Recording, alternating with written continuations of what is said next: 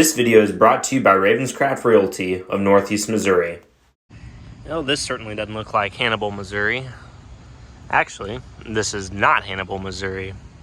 I'm presently sitting in front of the Ag Engineering building where my dad took classes and so did my uncle. And then behind me there is Eccles Laboratory where my grandpa in the 70s worked as a student. So you could say that my family's been around here for a while. It just took a while to get another generation in. But I'm just enjoying some Bucks ice cream. They're about to close for the season. It's a darn shame. But not sure what I've got in store for you guys this weekend. I won't be able to video much until Sunday. But might be some cool stuff going on at Bradford tomorrow. Looks like we get some more Case IH action today.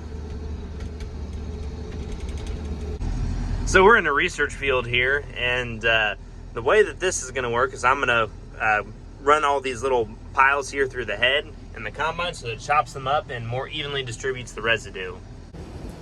There's also some standing beans here that are bulk, so that means it's just for profit, and I'm going to run those through the combine as well.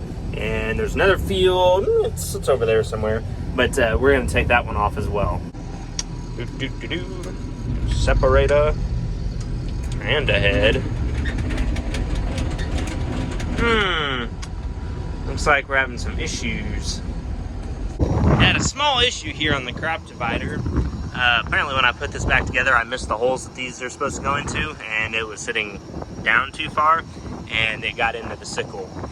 Oops. This is one of the fields that I'm combining today. As you can see, there's several different types and varieties of beans out here. And these are not grown for the yield, and I'm not really combining them for profit. This is very expensive research, and I don't take this duty lightly. So what they're doing here, this is like a generation out of the lab. I'm not 100% sure how all the research works with soybean breeding, but this was a very important part of it. Oh boy, we're combining some real beans today. Feeding really nice. These 15-inch beans cut a lot better than 30s. There's a lot more of them out here too. I got the old AirPods in, jamming out to some Disturbed, and it's actually a pretty good stream of beans coming in there.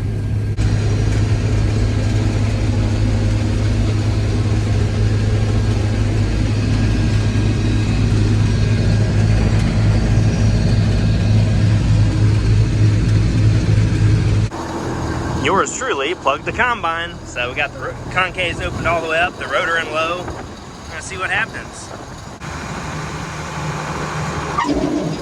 Oh yeah! Well, open the concaves up all the way and put the rotor in the low gear, and I got the wad out the back, which is sitting here now, but now we're having problems getting the rotor to go back into the high gear. And that is that lever right there. That's the sweet sound of an 8.3 Cummins. I've got class at 12:30 and it's right now 11:40, so I need to get going. Boy, that is just a good looking machine. I used to not really care for Case IH, but that is a really good combine.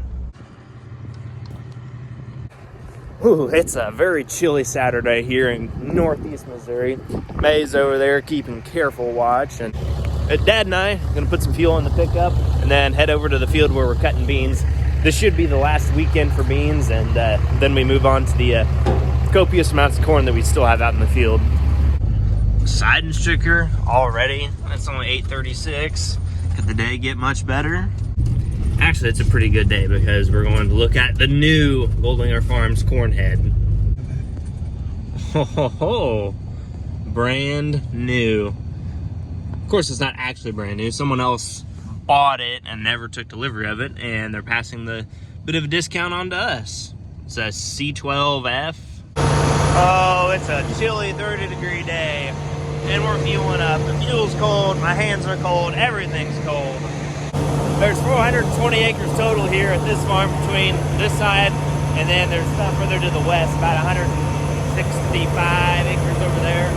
And between today and tomorrow, we're gonna knock it out pretty quick. So there's 250 acres over here. That's no problem for today. And then Usually Sundays are a little bit shorter for us as we go to church and whatnot, and then I have to leave in the evenings, but this will be no problem for the whole weekend. Well, this isn't exactly how I want to move fields, but it's gonna work. We have to meander our way through the locust trees and the moo-moos. So I have a guest here this weekend, one of my classmates, Mr. Will Hansen. He also does some videography. He's got a little bit nicer equipment than I do, but he's up here taking some video for a class of his, and he's riding along with me and seeing what farming's about.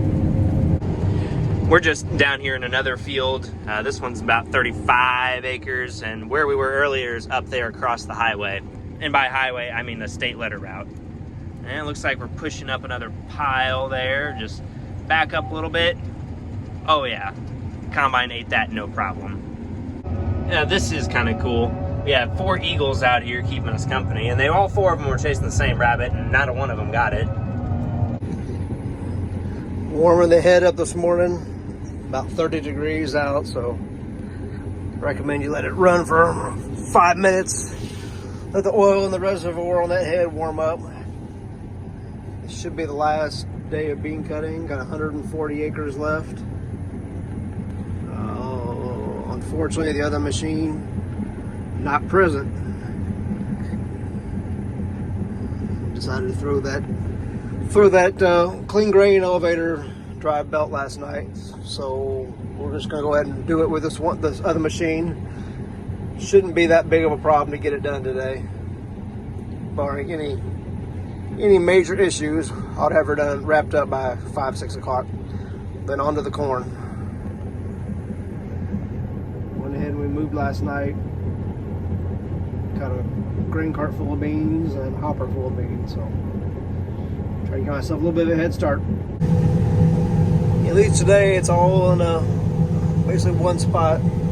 Got several different fields, but it is a bottom field. Pretty good running, nice, pretty long rows. So again, barring any major issues, should have the beans for 2022 wrapped up today. Hey, we're gonna make it. Everything held together for the day. You just never know. Until after 6 o'clock, I'd actually hope to be done closer to 5:30. But still not too bad for the day. Gonna be about 140 for the day. But like I talked before, really good running. So tomorrow we'll move everything back home, get the other combine fixed back up, switch back over to corn, and get back going on the corn. Try and get everything done as soon as we can. We're actually, I believe we finished up last year on beans the 20th of November, so today is the 13th, so we're about a week ahead of finishing beans where we were at last year. There we got some more corn harvest action here at the university. Sean going 1660 and a 6-row head, and we're hauling it with Ficklin wagons and whatever else we could find.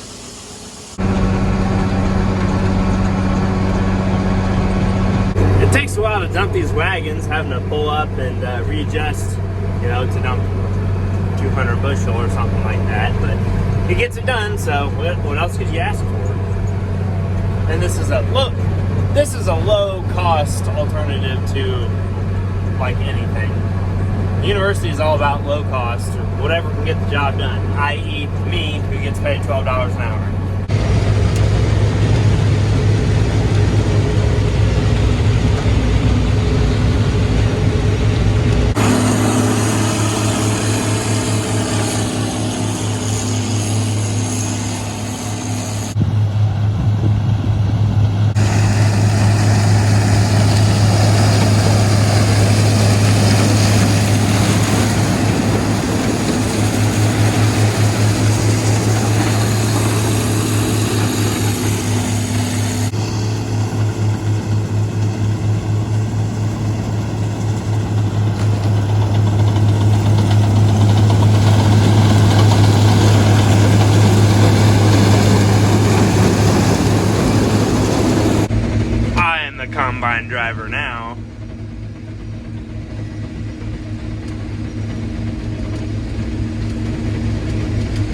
well for the next 200 feet.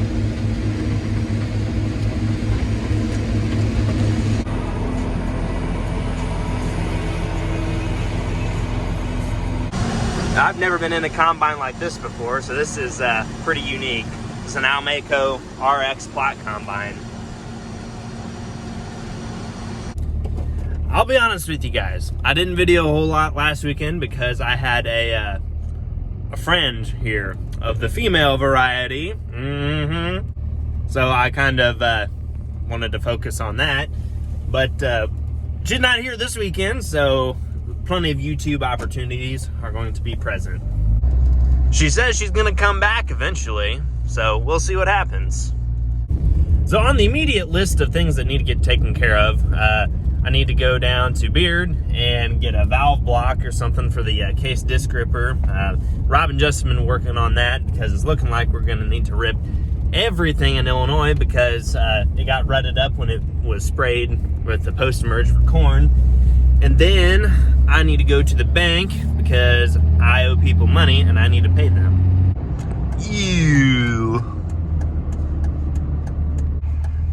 This is the goofiest tractor dealer here in Northeast Missouri. But I guess they're not so bad because they do have a John Deere 8285R sitting down there on the other end of the lot. So it can't be too terrible. And I gotta come over here to Grandpa's for the next order of business. The owner of the two tools that I used to replace the umbrella seals on the injection pump for the 4320s wants them back, so I'm gonna run by Side Strickers and drop them off so you can use them tomorrow morning. Also, thank you, Eddie, for letting me use these. Oh no, not the Great Value brand tractor.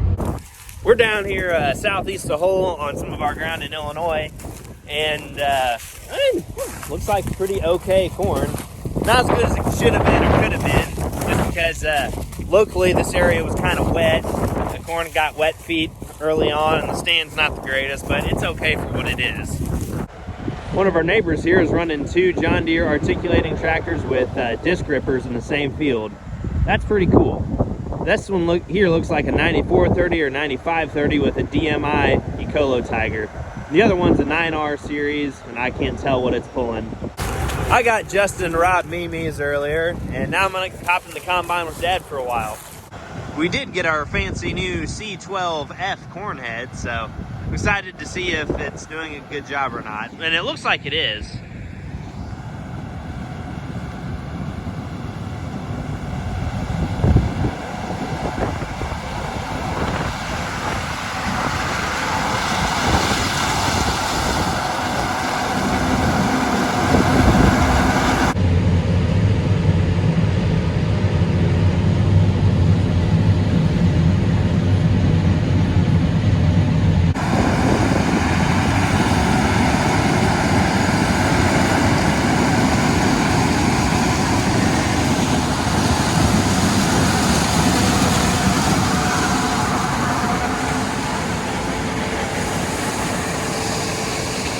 This Illinois farming business is just too easy.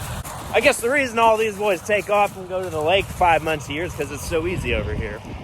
The views here in west central Illinois are okay. Doesn't have anything on northeast Missouri though. We've got 3 farms here southeast of Hull, and we're done with 2 of them, and the third one is like 4 miles down the road that way. Okay. This might be a pretty good view after all. I'd really like to get a hold of one of the guys down here who owns one of these corn cribs so I can go look around in one. There's pretty neat buildings.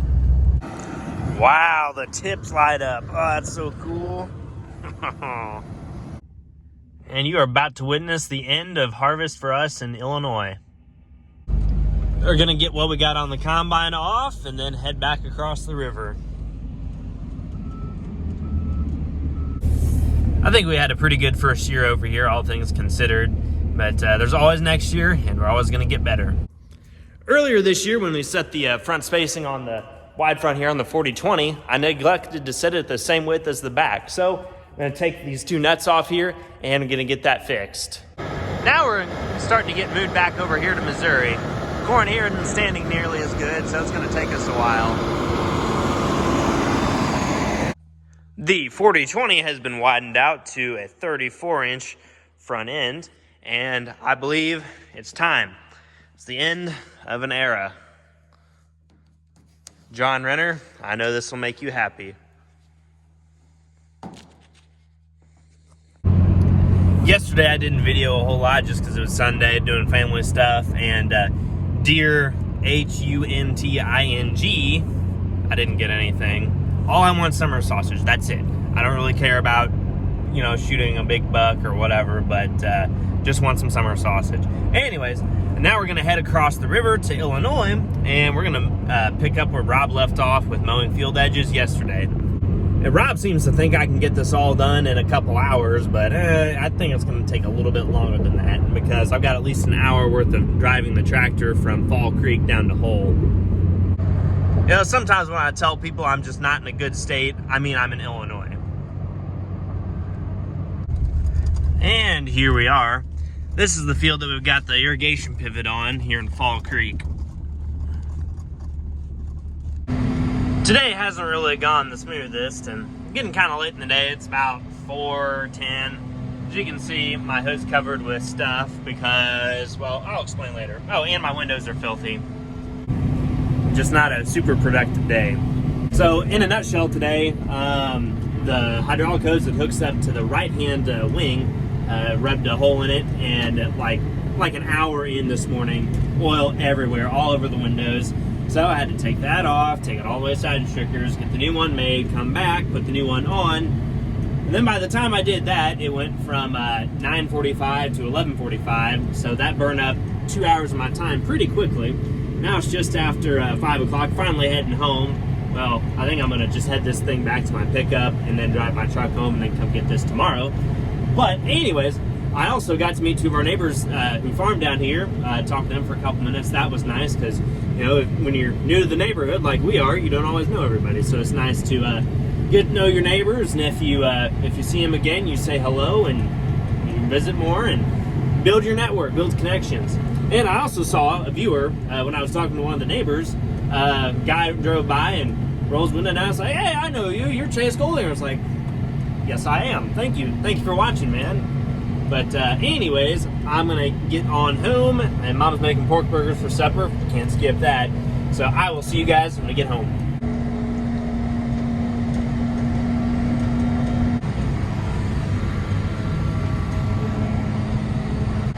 Oh, we got the speedometer sign. Whoa, 26 miles an hour?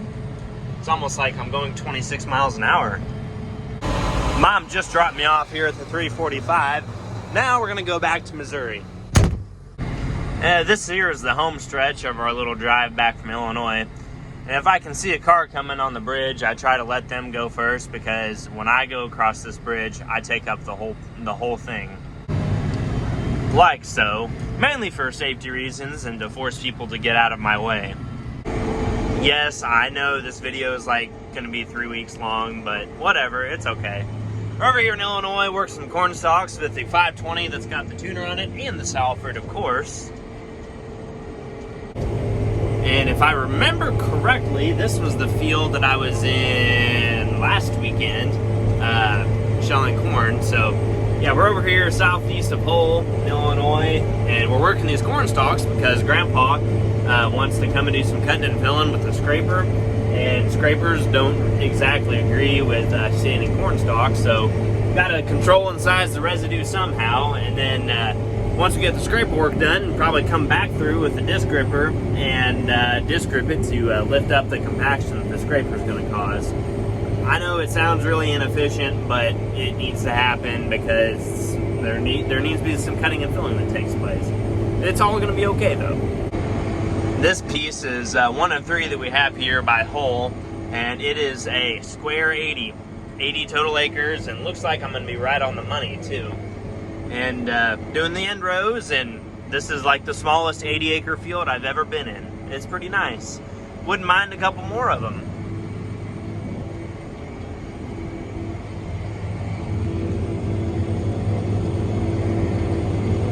As usual, the Salford is doing a very, very good job. 2 down, 1 to go. Oh no, my sister's taking over because I have to go do something else. I hope she doesn't break it or run it into the ditch.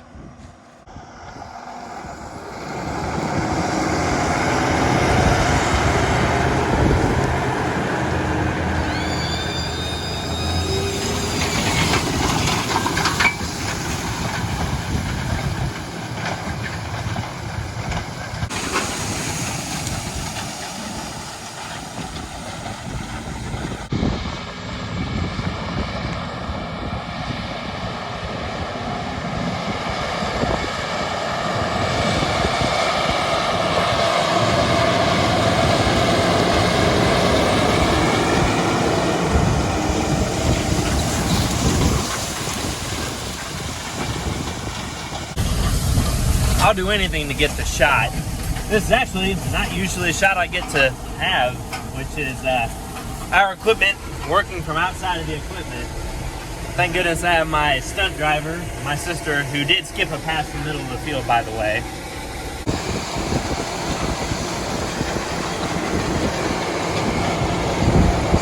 Slide a little bit closer and get a better shot of the Salford actually working.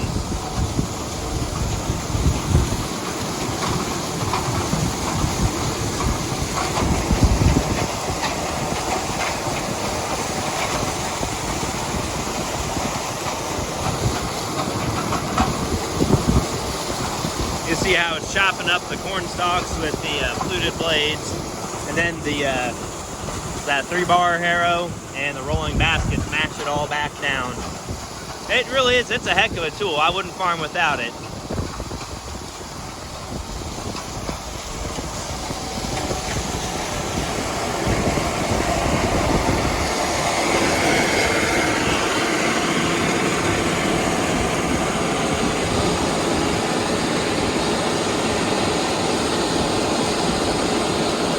Okay, no more screw-ups now. I'm back in charge. Now, this is the end of the Salford action and also the end of the video. I haven't been very good at uploading frequently here recently. Just have other things going on and can't always do the YouTubing thing. I have to actually farm and make money too. But thanks for watching, and if you stuck around this long, you may as well subscribe. And like the video as well. Tell one of your friends about it. Mom, dad, brother, sister, grandma, grandpa, aunts, uncles, nieces, and nephews. All of them count. But anyways, thanks everybody for watching, and I will catch you guys on the next one. Take care.